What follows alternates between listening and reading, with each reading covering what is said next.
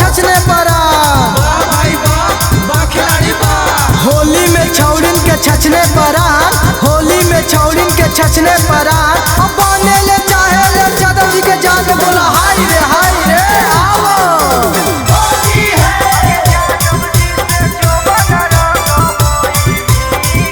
Mixed by Ankit Ashmi.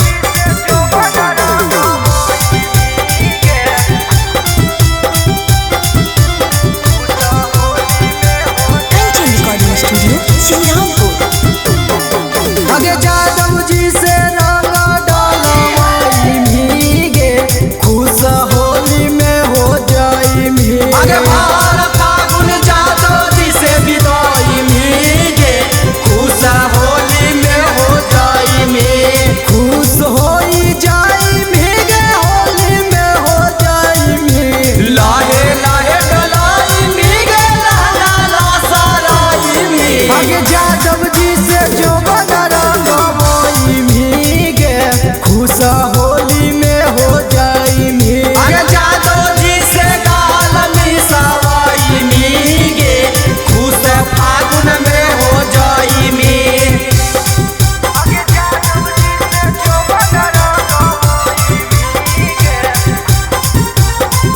आगे जादव जी से जो होली है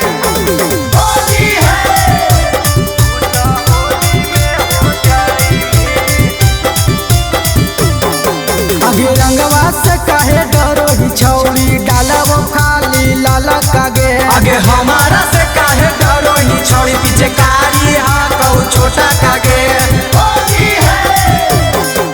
आगे नीचे डालबो उजर का छौरी ऊपर डालबो लाला कागे आगे आई तो बोली माजा पतार की डालबो हल्का हल्का गे हर साल होली खेले जादव बीरी हर साल आई भीगे जादव बीरी आई आगे जादव जी से रंग डलवाई भीगे खुश होली में हो जाई भीगे आगे जादव जी से रंग डलाई भीगे माजा फागुन में उठाई भीगे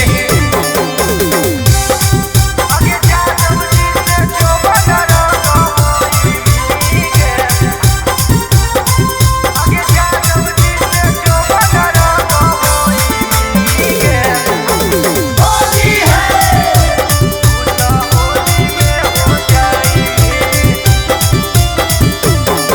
आगे ऐसन जगह पर डालो रंगवा गिरतो नहीं नीचे गे आगे चोली के भीतर डाला वो रंगवा गिरतो नहीं नीचे गे कबो डालबो पीछे छौरी कबो ढोरिया के बीचे गे